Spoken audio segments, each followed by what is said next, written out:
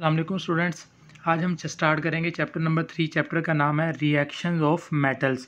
तो बेटा यहाँ पे आपको नज़र आ रही होगी कुछ मेटल्स नज़र आ रही हैं। यहाँ पे आपको नज़र आ रहा होगा जी jewellery is made of gold. तो बेटा जो गोल्ड हमारे पास है वो भी एक मेटल है, ठीक है। फिर उसके बाद आपको यहाँ पे नज़र आ रहा होगा electricity cable is made up of copper, ठीक है। तो जो कॉपर है हमारे पास वो भी एक हमारे पास मेटल है। फिर इसी तरह उन्होंने कहा कार बॉडी जो होती है, कार की बॉडी वो स्टील से बनी होती है, तो स्टील भी हमारे पास क्या है, एक मेटल है। तो इसी तरह कुछ वायर्स होती हैं वो एल्युमिनियम की बनी होती हैं, तो ये वायर्स भी सारी की सारी हमारे पास क्या है, मेटल हैं। तो हम असल में मेटल है क्या चीज़, हमने इसको डिफ़ाइन करना है। बेटा मेटल वो चीज़ है जिसमें से इलेक्ट्रिसिटी गुजर सकती है। क्या बताया मैंने, मेटल वो चीज़ है जिसमें से इलेक्ट्रिसिटी पास हो सकती है, ठीक है। जिस तरह ये एल्युमिनियम की उन्होंने कोयल दिखाई हुई है। तो मेटल वो चीज़ें हैं जिनकी जो सरफेस है वो एक शाइनिंग होती है, ठीक है। मैंने दो प्रॉपर्टीज बताई मेटल्स की बता दी हैं। मेटल वो चीज़ है जिनमें से इलेक्ट्रिसिटी गुजर सकती है, और दूसरी ये कि मेटल्स की जो सरफेस होती है वो क्या होती है, शाइनी होती है, चमक रही होती है। कभी आपने अगर न्यू लोहा लेके आए या किसी जगह से आयरन लेके आए तो आयरन को आप देखेंगे कि वो चमक रहा होता है। इसी तरह आपने एल्युमिनियम के वायर देख रहे हैं तो इसकी शाइनी सरफेस है, ठीक है। तो मेटल्स वो होती हैं जिनकी सरफेस क्या होती है, शाइनी होती है। और उसके अलावा जो नॉन मेटल्स होती हैं उनकी सरफेस भी शाइनी होती है। नॉन मेटल्स बेटा वो होती हैं जो जिनकी सरफेस इतनी ज़्यादा शाइनी नहीं होती जितनी के मेटल्स की होती है। तो यहाँ पर उन्होंने एक एग्जांपल दी हुई है नॉन मेटल की, यहाँ पे ग्रेफाइट।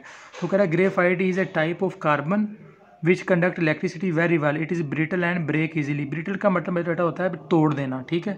तो ग्रेफाइट क्या होता है, वो किसी भी चीज़ को हम यानी कि ग्रेफाइट ऐसी मेटल है, ये नॉन मेटल है जो इलेक्ट्रिसिटी को गुजरने देती है और ईजिली क्या हो जाती है, वो ब्रेक हो जाती है, ठीक है।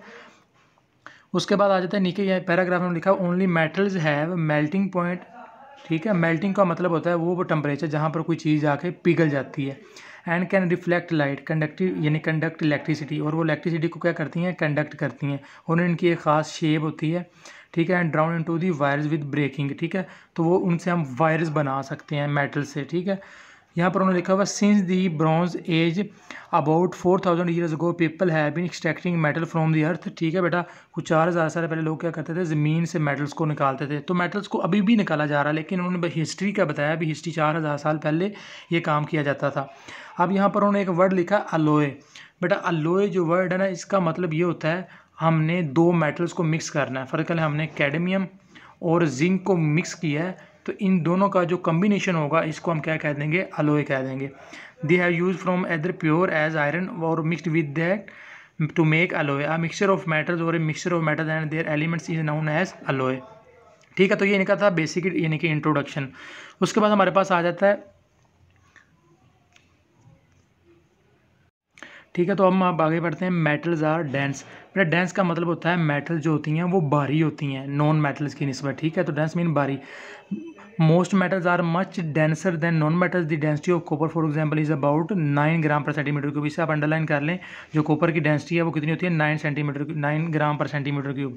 और जो गोल्ड है हमारे पास है, सोना, उसकी कितनी होती है, 20 ग्राम per centimetre cube. The higher density is due to the closely packed atoms. The diagram show regular layers of atom to large structure. यानी कि बेटा इनकी डेंसिटी इसलिए ज़्यादा होती है क्योंकि इनमें पैकिंग होती है। देखें ना, सभी मालिक्यूल एक दूसरे के साथ अच्छे तरीके से पैक हुए पड़े, इनमें बिल्कुल भी स्पेस मौजूद नहीं है। तो इस तरह की पैकिंग को हम कहते हैं 3 डायमेंशनल रेगुलर पैकिंग, ठीक है। उसके बाद हमारे पास आ जाता है मेटल्स आर मेलिबल एंड डक्टाइल। तो बेटा जो मेलिबल का बेटा मतलब होता है किसी चीज़ को हम उसको ब्रेक कर सकते हैं, उसको नरम कर सकते हैं। और डक्टाइल का मतलब ये है हम उसको तोड़कर उसकी चादरें बना सकते हैं, उससे डिफरेंट किस्म की वायर्स बना सकते हैं, ठीक है। तो ये वाला पैराग्राफ आप लोगों ने पढ़ लेना, आपको समझ में आ जाएगा, ठीक है। मेलिबल और डक्टाइल का मतलब ये होता है भी आप उनको मोड़ सकते हैं, आप उनकी स्ट्रक्चर को चेंज कर सकते हैं, उनकी वायर्स बनाई जा सकती हैं, ये इसका बेसिकली मतलब है, ठीक है।